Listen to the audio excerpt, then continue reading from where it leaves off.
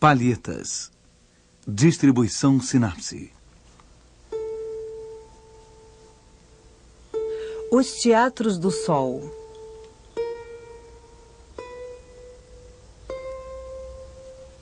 Porto.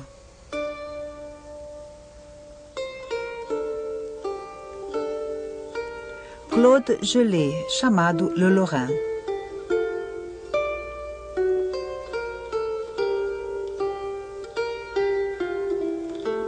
Museu do Louvre, Paris.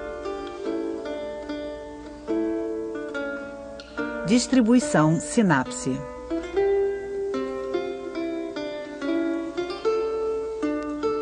Um porto com canais largos é iluminado pelo pôr do sol. O espectador está na margem do rio. Ele olha para o oeste, em direção ao mar aberto. A cidade, de estilo italiano, poderia ser um porto no litoral do Tirreno. Várias construções se sucedem à esquerda. Um pequeno templo.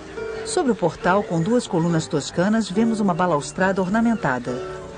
Dois arbustos em vasos à moda romana marcam os cantos. Em cima, um relógio com um único ponteiro.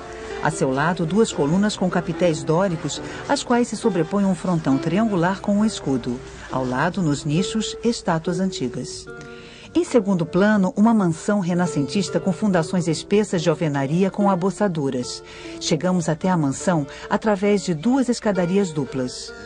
Um terraço com arbustos estende-se na frente da fachada voltada para o mar. A construção é sobranceada por 4 torres ornadas com balaustradas e atravessadas por vãos em forma de ogiva circular. No fundo, há outros edifícios, um farol, uma torre quadrada. Do outro lado, um fortim redondo circundado por uma muralha quadrada e com ameias.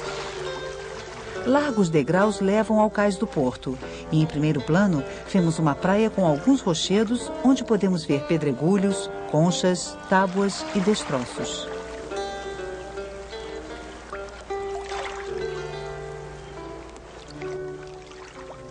Perto do templo, à esquerda, a popa característica de uma galé que foi atracada para ser reformada. Ao lado, a armação de um barco em construção. Numa doca estreita situada entre os cais do templo e da cidade, 2 navios estão atracados. Várias tartanas de um só mastro e com vela latina estão reunidas ao sopé da cidade. 2 navios estão ancorados nos canais.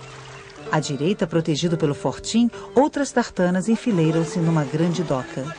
Bem perto da praia, 2 grandes navios estão ancorados. Eles estão um ao lado do outro, popa contra proa. Gajeiros que manobram o cordame tentam dobrar as velas. A proa do primeiro navio é adornada por uma cabeça de dragão. As bandeiras da Ordem de Malta tremulam na verga de cevadeira e no mastro do traquete. No lugar do nome e do emblema costumeiros, a popa do segundo navio mostra apenas um escudo com 3 flores de lis, idêntico ao que podemos ver no frontão do templo. Na bandeira que tremula no seu mastro de mezena e no mastro grande, vemos novamente as 3 flores de lis. Várias embarcações estão acostadas ao navio. Um barco carregado de barris se aproxima da praia. Um homem chama, outro prepara-se para saltar para a terra firme. Personagens importantes acabam de desembarcar. Estão sentados sob uma tenda em um barco com 4 remadores. Em um barco, um homem se afasta e dá adeus. Por todo o porto, personagens caminham, formam grupos, conversam. Sentados sobre troncos estão 2 mulheres, um homem e uma criança. O homem está tocando alaúde. Aos seus pés, garrafas de vinho, um outro alaúde e um violão. Um pouco mais distantes, 3 personagens. Um homem levanta o chapéu, 2 outros estão fumando cachimbo. Um deles tem uma espada, sinal de nobreza. O outro veste uma roupa oriental. Um grupo maior é composto por 7 pessoas. 2 homens brigam enquanto um terceiro pede ajuda. 2 cavalheiros de chapéu, botas, capa e espada preparam-se para separá-los. Um deles, que usa um gibão bordado e óculos e tem um bigode frisado, faz um sinal com a mão. O outro está desembainhando a espada. Atrás deles, um homem segura uma vareta com a qual parece dar ordens aos marujos. Ele protege os olhos do sol com seu chapéu. À sua frente, um homem sentado de frente para o pôr do sol vira-se com o barulho da briga.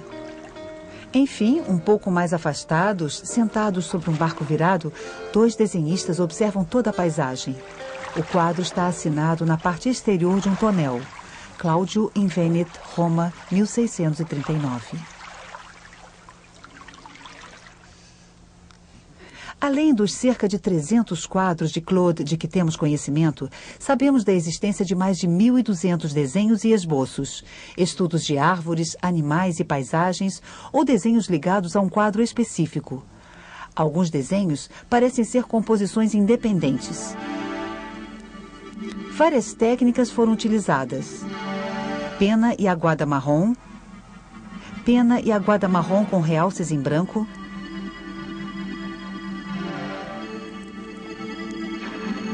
pena, tinta cinza, aguada marrom com realces em branco sobre papel azul, pena, aguada cinza e realces em branco sobre papel tingido de marrom, sinais de enquadramento com lousa. Pessoas invejosas e ávidas por lucro rápido roubaram a sua ideia. Além disso, imitaram seu estilo e venderam cópias em Roma como originais pintados por ele mesmo. Ele decidiu fazer um inventário e começou a recopiar todos os quadros que havia vendido, reproduzindo, com um toque verdadeiramente magistral, os menores detalhes dos originais, e anotando também o nome do personagem para o qual haviam sido feitos. E, se me lembro bem, quanto havia recebido. Ele deu a esse livro o nome de Libro di Invenzione, ovvero Libro di Verità. Quadro para Roma. Quadro feito para o excelentíssimo senhor príncipe Pamphili. Quadro feito para o bispo de Montpellier. Claude utilizava também seu livro como um inventário temático e recombinava os diversos elementos dos seus quadros precedentes para criar novas cenas. Assim, existem muitas variações do tema do Porto. O Liber Veritatis, ou Livro da Verdade, está hoje no Museu Britânico. Os desenhos foram retirados da sua encadernação para que ficassem mais bem conservados. O Porto, ao pôr do sol, é o de número 14. Vem logo após a Festa na Aldeia, que o complementa.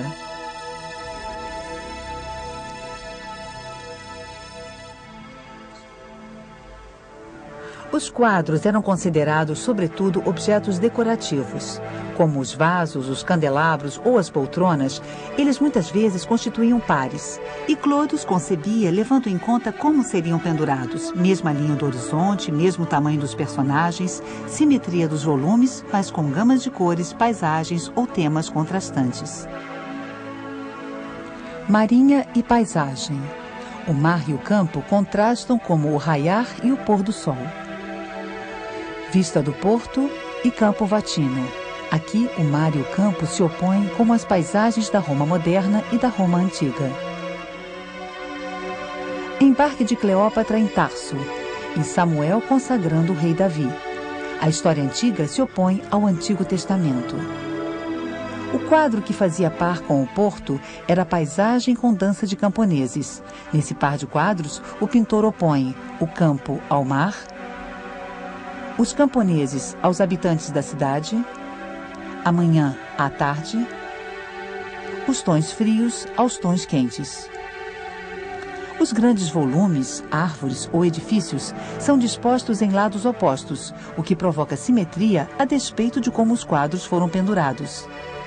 3/4 dos quadros pintados por Claude eram pares. Existem 2 versões de O Porto ao Pôr do Sol. Uma, pintada em 1637, faz parte da coleção do Duque de Northumberland, no castelo de Alnwick, na Grã-Bretanha. A outra pertence à coleção do Louvre. Entre a primeira e a segunda versão, Claude modificou inúmeros detalhes. Suprimiu a árvore, reduziu a porta, colocou o edifício grande atrás do pequeno, transformou um céu carregado de nuvens negras e de chuva em um céu quase limpo, no qual voam os pássaros. Mudou a direção do vento que soprava em direção ao mar e que agora sopra em direção à terra, acentuando a força das ondas. Posicionou o sol mais no centro e mais no alto, e o relógio que marcava 5 horas agora marca 7 horas. Esse detalhe pode significar que a estação mudou, que passamos do outono à primavera. Finalmente, personagens, barcos e silhuetas são muito menores na versão do Louvre, o que torna a perspectiva mais profunda. Os 2 quadros diferem também no que diz respeito aos emblemas, das bandeiras e escudos.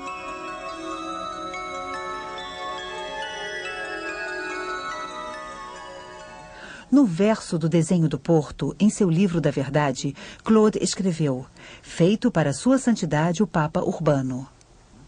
Matteo Barberini pertencia a uma grande família romana que se distinguia na época por seu Fausto.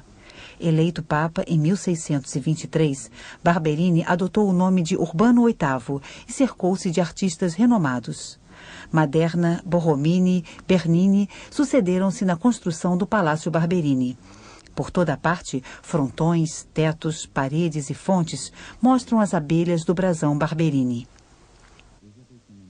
As abelhas estão presentes até no frontispício do livro de Galileu, amigo e protegido de Urbano VIII. Contudo, Urbano o deixará ser condenado sob a pressão da Inquisição. Urbano VIII, que viu os quadros de Claude na casa do cardeal Bentivoglio, encomendou-lhe algumas telas, dentre as quais o par formado pelo Porto e a festa da aldeia. Claude colocou então as abelhas dos Barberini em vários lugares do seu Porto.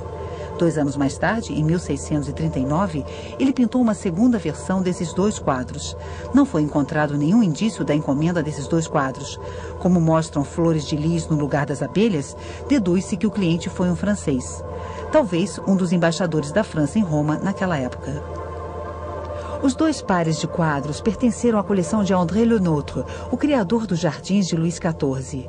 Le Nôtre os ofereceu ao rei em 1693, junto com uma parte da sua coleção de pinturas e objetos de arte. Os quadros passaram por várias residências reais e entraram para a coleção do Louvre quando o museu foi criado, em 1793. Nos seus estudos, Claude traçava às vezes linhas geométricas. Tratava-se de um quadriculado bastante simples que dividia o retângulo de acordo com suas medianas e diagonais. A linha do horizonte encontrava-se quase sempre ligeiramente abaixo do centro do quadro. O porto mede 1,03 m por 1,37 m. Os navios no centro e nos cantos do quadro permitiam que Claude colocasse todo tipo de linhas finas, mastros, vergas, patarrazes e estais, e opor linhas paralelas e oblíquas, verticais ou horizontais. O ponto de visão fica bem no alto, o que faz supor um espectador claramente acima da cena. Claude criou um efeito de perspectiva simples, fazendo com que as linhas dos edifícios convergissem para uma área próxima ao centro. Mas seu sistema não era uniforme. Quanto mais os edifícios eram afastados, mais suas perspectivas eram rebaixadas. Esse desequilíbrio, que lembra as perspectivas corrigidas dos cenários de teatro, tinha como objetivo reforçar a dinâmica da composição. A área dos pontos de fuga fica próxima do Sol, mas não se confunde com ele. Ao sistema de perspectivas rebaixadas foi acrescentado o da iluminação, particularmente sensível na área dos personagens. O pôr do sol os ilumina em contraluz e projeta suas sombras sobre o chão. Da mesma forma, o degradê das cores em torno do sol forma uma espécie de cone de luz. As cores, o espaçamento dos objetos, a iluminação rasante e a perspectiva dos edifícios contribuem para a produção de uma forte ilusão de profundidade. O olho do espectador é atraído pelo espaço distante do mar e do pôr do sol. Os personagens em primeiro plano estão dispostos em grupos regulares. Cada um dos atores participa do equilíbrio da cena. Outras combinações poderiam ter sido inventadas sem modificar a temática geral do quadro.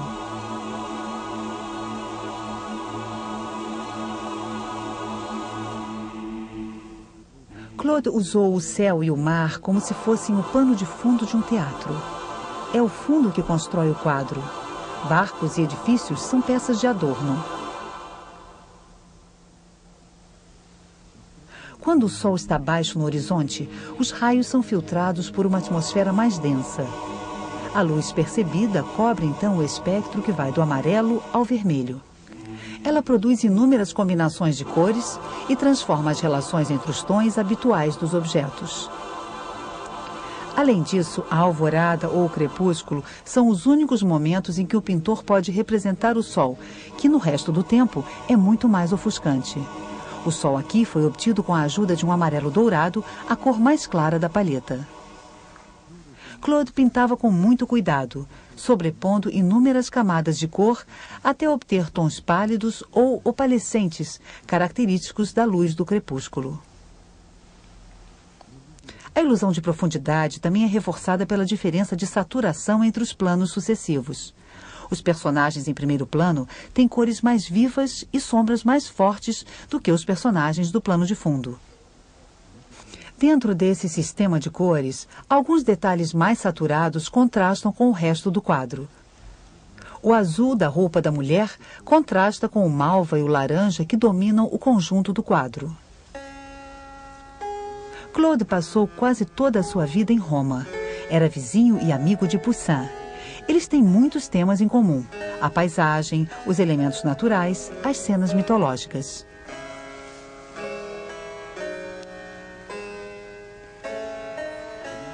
No momento em que pintou este quadro, Claude morava em Roma, na Via Margutta. Mais tarde, ele moraria bem perto dali, na Via Paulina, hoje Via del Babuino. Era o bairro dos artistas, entre a Praça do Povo, por onde chegavam os estrangeiros, e a Praça de Espanha, aos pés da Vila Médicis e da Igreja da Trindade dos Montes. A cidade de Roma era, na época, o maior centro artístico do mundo cristão. As ruínas dos monumentos da antiguidade estavam por toda parte. À medida que eram realizadas grandes obras de urbanização, eram descobertos os tesouros das coleções dos imperadores ou dos patrícios romanos. Pinturas, objetos, inscrições, estátuas gregas, helenísticas ou romanas. Certas obras teriam uma influência decisiva. Nos séculos XV e XVI, a cidade encheu-se de igrejas, palácios e pontes.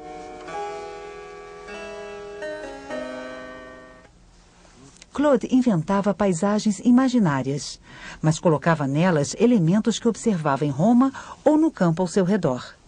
Em um quadro, ele inseriu a Praça do Capitólio, desenhada por Michelangelo um século antes. Em outro, ele insere a Vila Médicis, situada bem acima do bairro onde morava. O Porto ao pôr do sol não foge desse tipo de composição. As fortificações portuárias ao longe lembram as muralhas de Roma e o túmulo de Cecília Metella na Via Ápia, que Claude desenhou várias vezes. As torres quadradas evocam os inúmeros campanários da cidade. O perfil do farol lembra o de Gênova, pintado por Claude. O frontão triangular podia ser encontrado nas igrejas de Santa Maria do Povo e de São Luís dos Franceses. O relógio com um só ponteiro era um modelo comum na época, visível ainda hoje na Igreja de Trindade dos Montes. A Grande Vila também era uma composição. Os 5 arcos da galeria são os da Vila Farnesina, uma bela residência construída na margem direita do Tibre, perto do Vaticano, e adornada por afrescos de Rafael e por trompe-l'œil e pinturas grotescas de diversos outros pintores. A escadaria com rampa dupla e 2 patamares que encontramos em um dos seus cadernos de desenhos pertencia ao Palácio dos Senadores. As alvenarias fortificadas da base do edifício lembram tanto o tabularium, a base sobre a qual foi construído o Palácio dos Senadores, quanto as abossaduras em alvenaria da fonte do órgão na Vila d'Este di Tivoli. Assim como os edifícios, os navios eram composições. Os mastros do navio ancorado na doca da esquerda ou os do navio ancorado na passagem são altos demais. Os navios tombariam. Sem dúvida, são exagerados por Claude por um motivo estético. Os 2 navios da direita têm 3 mastros. Aproximam-se bastante das representações dos grandes navios de guerra da época. O primeiro mostra o matarel do joanete que se sobrepõe ao gurupés, uma inovação do início do século XVII. Claude pintava os mastros como se fossem feitos de uma só peça, mas eram construídos em vários segmentos. Esses mastros também são altos demais. Os 3 andares de velas foram respeitados, mas as vergas são desproporcionais. Todos esses detalhes mostram que Claude pintou esses navios de memória, ou então tirando inspiração de gravuras que circulavam na época. O mar evoca a renovação cíclica, a inconstância, a metamorfose, o espelhamento das cores, mas também a partida, a volta, os perigos, as ameaças, a morte.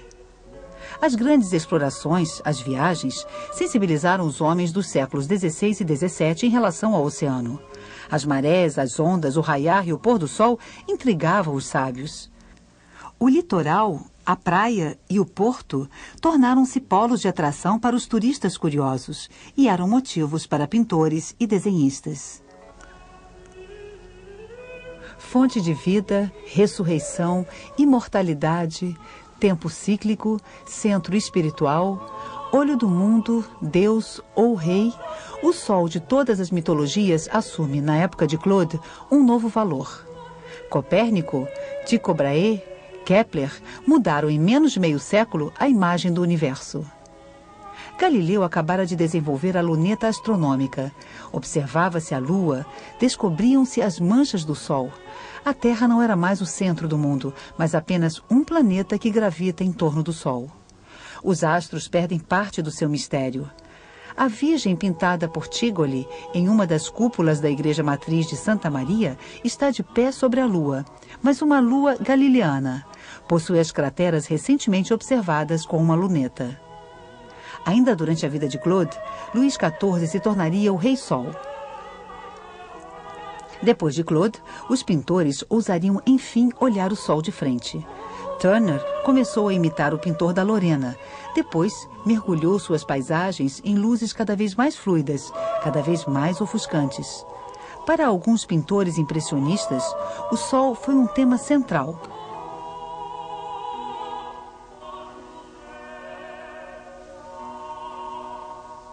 Ao mesmo tempo, o pôr do sol se tornou rapidamente um estereótipo.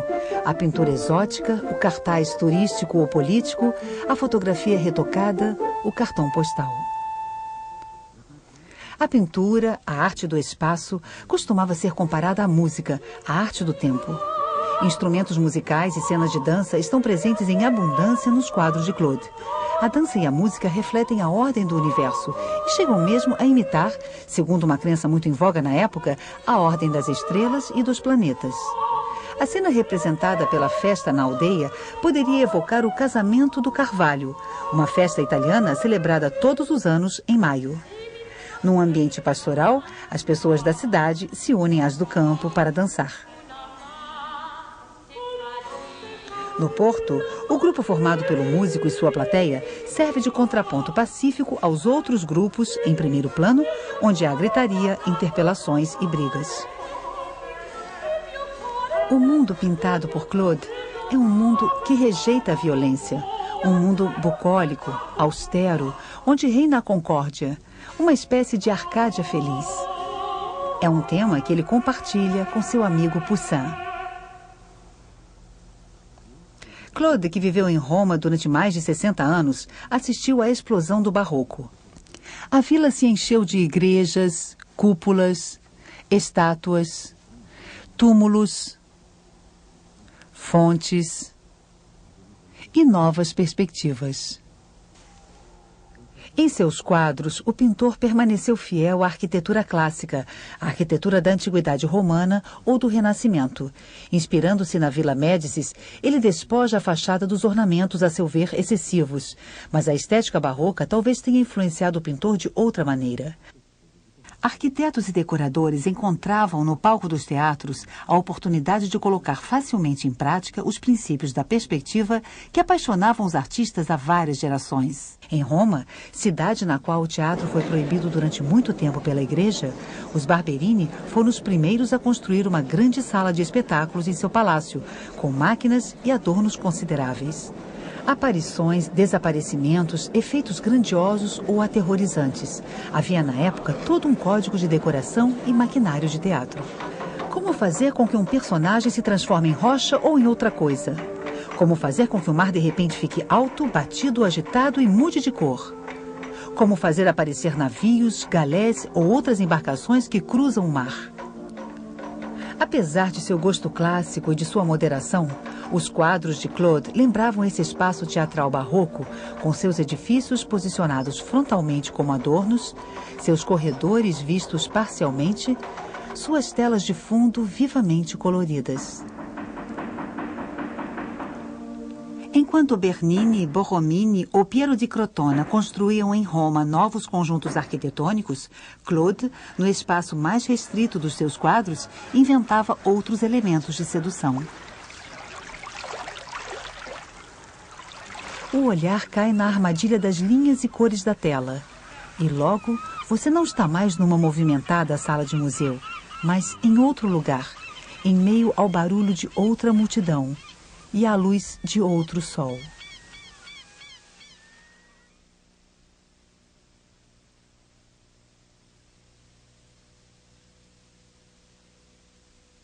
Versão brasileira Audio News.